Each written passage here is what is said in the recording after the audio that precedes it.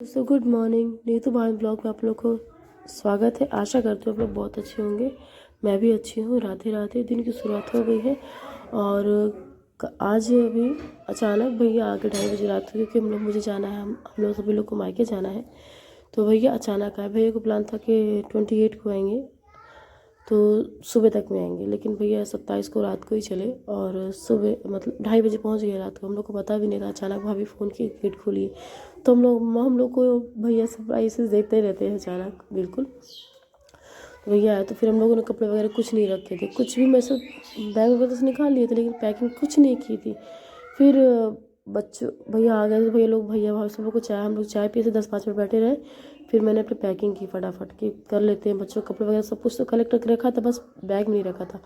तो सब किया, मतलब कि 2:30 बजे जब उठ गए तो सोए ही नहीं। और फिर ये बच्चे, B1 B2 का एग्ज़ाम भी था तो बच्चों, और एक कल मत पूछिए, इतनी बारिश कि हद से ज़्यादा, सुबह से ही बारिश, और गली में काम लगा हुआ था तो मिट्टी से चिपकने वाली थी। तो बेचारे बच्चे मेरे गिरते गिरते, मैं स्कूल लेके उनको गई, 1-2 बार आ रहे हैं गिर भी गए थे, तो उनको साफ़ किया, फिर लेके गई दोबारा स्कूल, क्योंकि उनका एग्ज़ाम था तो इसलिए ले गई। तो मैं स्कूल लेके ना जाती। फिर वहाँ उनको लेने गई, छोड़ा लाया बच्चों को, मैंने ही किया सब कुछ, क्योंकि स्कूटी नहीं जा रही थी, मिट्टी बहुत ज़्यादा थी तो नहीं फिसल जा रही थी, तो मैं ही लेके गई थी। फिर बच्चों को स्कूल से लाने के बाद हम लोगों ने सब खाना पीना जो भी किया, सुबह नाश्ता भजिया बनाया था। फिर दोपहर में मतलब कि भजिया बनाया था और दाल चावल बस हो गया।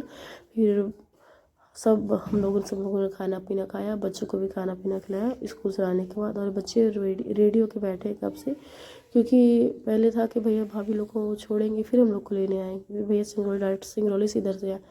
फिर भैया एक गाड़ी और बुलाए, क्योंकि बहुत लोग थे और बैग भी था, सामान भी बहुत ज़्यादा था, तो इसीलिए फिर दो गाड़ी थी। एक गाड़ी में भाभी गई और अनन्या आगे झिलमिल गई, और दूसरी गाड़ी में हम दीदी, झलक और भैया और बच्चे थे, तीनों बच्चे मेरे, और 3 बच्चे पहले ही चले गए थे।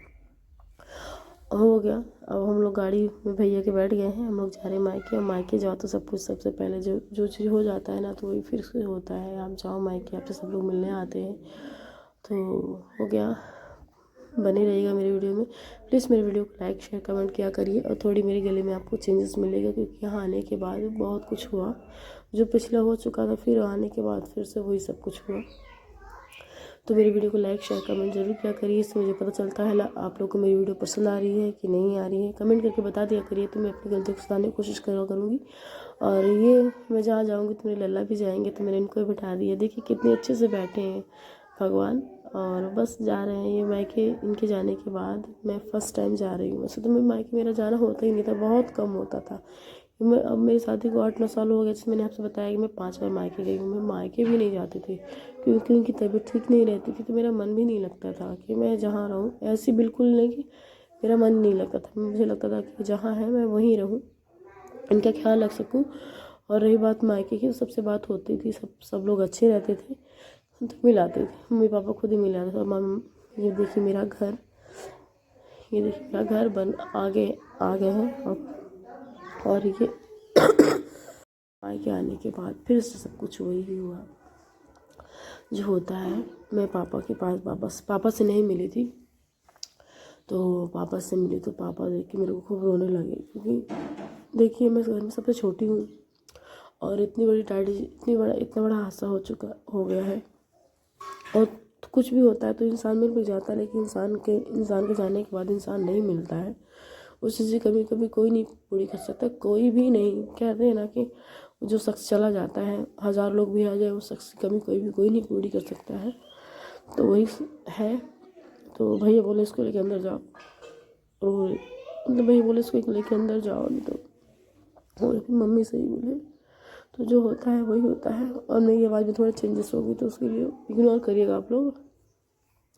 तो मम्मी से मिलने के बाद सब कुछ वही फिर से, क्योंकि सब बच्चे देख के खड़े थे वहीं पे, देख के बिल्कुल चुप हो गए कि क्या हो रहा है ये। क्योंकि बच्चों के सामने रो तो सबसे ज़्यादा B1 B2 बहुत परेशान हो गए थे। B1 B2 भी रोने लगे थे कि मम्मा आप क्या हो गया। तो वही मैं अपने कमरे में आ गई हूँ। अपने कमरे में नहीं, मतलब ये रूम भैया हम लोग के लिए ही बनवाए कि बच्चे सब लोग 2 रूम है, मेरे भैया के यहाँ 2 रूम है। अभी बनवावी काम चल रहा है घर में और किचन में काम लगा हुआ था, कमरे में आ गई हूँ। और भैया भाभी भी नहीं रहते हैं घर में, तो कमरा अस्त व्यस्त रहता है, उस हिसाब से रहता नहीं है।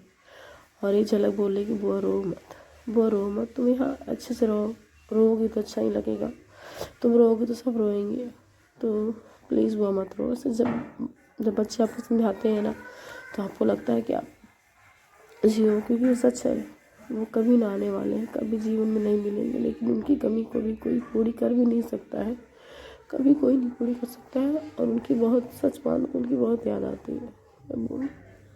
और हो गया, लल्ला लाई थी, तो अभी मंदिर बना नहीं है, काम लगा है, बनेगा मंदिर।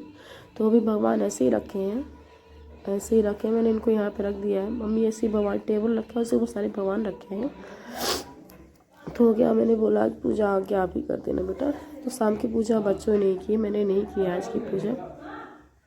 तो हो गया, बच्चों ने पूजा की शाम की। और सच बोली तो मुझसे आज मैं क्या बोली, आज मेरा मन ही मुझे कुछ अच्छा नहीं लग रहा है, क्योंकि यहाँ आने के बाद फिर से जो आप भूल, देखिए कभी भूला नहीं जाएगा, वो चीज़ कभी भूलेंगे भी नहीं। और हमेशा मन में एक वो रहता है, मैं क्या बोलूँ आप लोगों से, तो उस चीज़ के बारे में बार बार नहीं बोलूँगी, लेकिन वो चीज़ें बार बार होती हैं, उनका जहाँ जहाँ जिक्र होगा तो बार बार होता है वो चीज़। तो हो गया, अब आरव आके मेरे पास बैठ गई कि मम्मा मत रो, मत रो मम्मा, आप रोते हो तो अच्छा नहीं लगता है, मत रो मम्मा मत रो। बच्चे आपको समझाते, मेरा छोटा सा लल्ला मेरे को समझाया ना, तो मुझे लगा कि मेरे रोने से बच्चों को बहुत फर्क पड़ता है, बहुत ज़्यादा।